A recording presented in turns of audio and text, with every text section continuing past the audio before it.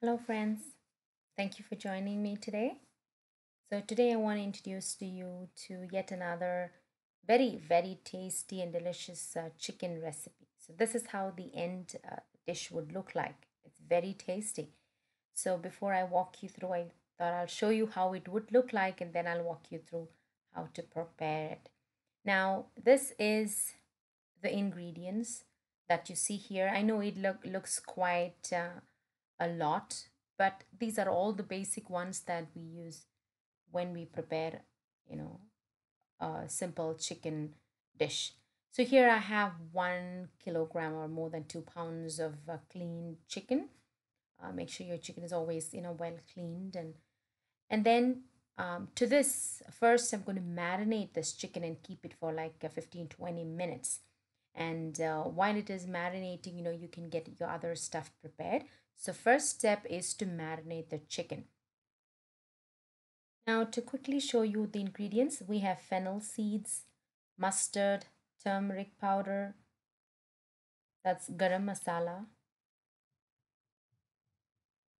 red, I use a Kashmiri chili powder, and then finally this is coriander powder. So we're going to use kind of 6 of these spices, then ginger paste, garlic, crushed garlic, curry leaves, 1 cup of chopped onions, and half cup of shallots. And to this we're going to use a quarter cup of coconut milk. Now this is a thick milk, quarter cup, and 1.5 cup of the thin coconut milk. Now we're going to prepare this chicken in coconut milk, and of course you can add a little of the water too if you need the more of the gravy. But these are all the ingredients, and then you need finally salt for taste, and to start off you need the oil. For marination, we need the chili powder, turmeric, ginger, garlic, and salt, and we would leave it for 15 to 20 minutes for the chicken to marinate well. So let's begin our marination process. As I said, we're going to start with half teaspoon of the Kashmiri chili powder. Again, if you need more spice or more heat to the dish, go ahead and add as much as you want. So always the spice is in individual's preference. So right now I've added half teaspoon of chili powder, quarter teaspoon of turmeric. Turmeric is very good for health, so it is always good to add a little more turmeric. Then 1 teaspoon of ginger paste, 1 teaspoon of the crushed garlic, and then I will add salt. I've used 1 kilogram of chicken, so it is an individual's taste. So go ahead and add the desired salt that you want. Let's mix this together, and once we have mixed it well, we will leave this chicken to rest for 15 to 20 minutes, and during this process we can get the other things done. Now we move on to the next process, that is to prepare the masala paste. For this I'm adding 3 tablespoons of the Kashmiri chili powder. If you don't have this Kashmiri chili powder, go ahead and use the one that you have. 3 tablespoons of chili powder. The second ingredient is coriander powder. I'm adding 2 tablespoons of coriander powder. Now we are looking forward to a thick gravy, a thick chicken curry. So I'm using 2 tablespoons of coriander powder. To this I'm adding half teaspoon of turmeric powder. We all know the health benefits of turmeric powder, so even if you add a little more, it does not matter. Go ahead and add the one you need. And finally, the fourth ingredient is garam masala, 1.5 teaspoon of garam masala. Again, it is a mixture of different spices, so based on what you have, the combination, you can increase, reduce. I've added 1.5 teaspoon of garam masala. To this I'm adding some water so I can make a very thick paste, and I will leave it to rest for some time so that we can add into the chicken while we start to cook. So I'm giving it a nice mix so that all this masala is nicely soaked in the water, and it is ready. Now we'll get started. In a pan we will add 4 tablespoons of cooking oil, and to this 1 teaspoon of mustard seed. When the mustard seed is ready and it starts spluttering, we will go ahead and add our ginger and garlic paste. So to this I'll add a generous amount, I would say, of ginger paste and the crushed garlic. It adds a lot of flavor and it brings out the good taste of this dish.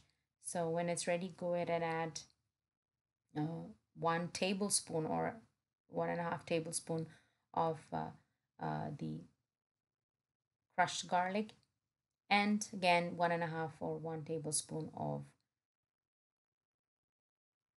ginger. Saute them for a couple of minutes till the raw smell goes away, and then we can go ahead and add the other ingredients. This ginger and garlic paste is also called a GG paste. I don't know if you know it. A G for ginger and G for garlic. So once our GG paste is ready, we will go and add the uh, onions and start sauteing them. So I've now added the half cup of shallots that I have ready. We will saute them for a couple of minutes, I would say less than a minute, and then we can go ahead and add the onions. We don't have to wait till the shallots are golden brown or brown for us to add the onions. But again, go ahead and add a little more oil if you need to, as per your family preferences. You can add some more oil because we have 1 cup of onions to get sauteed in. So if desired, you can add a little more oil as you go cooking. So this I'm going to add the 1 cup of chopped onions that I have ready. We will have to saute them for another couple of minutes because we need to get them all blended in, pretty much light brown, and then we'll go ahead and add the rest of our ingredients. So we'll just leave it for now. It's time for us to go ahead and add the fennel seeds.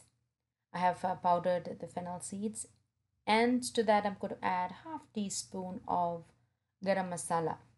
We've already added them while we made the masala paste, but I will just add a little more for the flavor to these onions as they cook. Usually people like to fry curry leaves to the dish, but I'm adding have some healthy green curry leaves directly to this onion, so that we want the chicken to cook in this fresh curry leaves. We'll give it all a wonderful mix, and we will leave it for some time so that the onion turns light brown.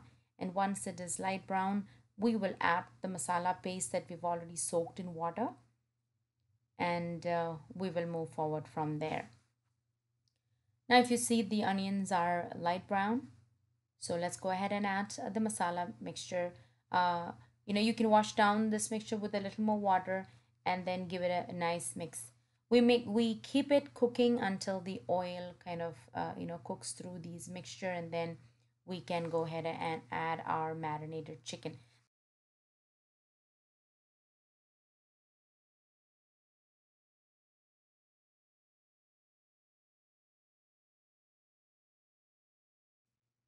Now it's been some time. If you see, you can see the oil bubbling, and I will go ahead and add the marinated chicken. It looks red because we've already added the masala and given a good mix to the chicken. So now again, we will mix through once thoroughly. And this is where the key ingredient is going to come in. We are going to cook this chicken in coconut milk.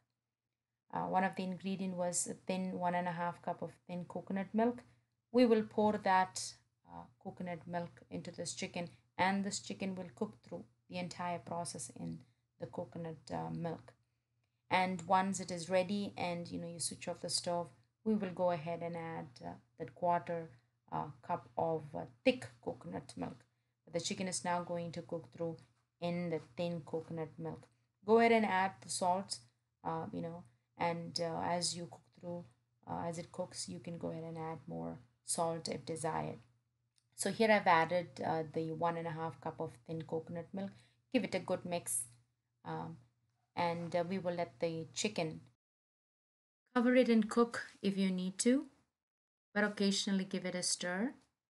And the chicken would take approximately 40 to 45 minutes to cook through if you do not use a pressure cooker. And always check the salt, and once you see the meat is tender and it is ready, you can switch off the stove and then add the final ingredient, that is the quarter cup of thick coconut milk. And here it is. Here is the final dish, your delicious, tasty chicken curry. It goes very well with rice or chapati, even dosa, rotis, anything of your choice. Enjoy the delicious chicken. Uh, so while we wait for the chicken to be completely ready, I just want to bring you a fun fact again. So why are bananas curved? Uh, you know, the earth has a gravitational force that pulls things down, but the banana wants sunlight. So bananas are curved so that they can retrieve sunlight. So this process is called negative geotropism, where it is going opposite of the gravitational force in order to retrieve the sunlight. Yeah, so that is why the bananas that we eat or see are curved. Well, having said that, here's the final dish and go ahead and enjoy. Thank you for watching. Stay tuned for more recipes. Thank you. And if you like these videos, please share them and subscribe to my channel. Thank you.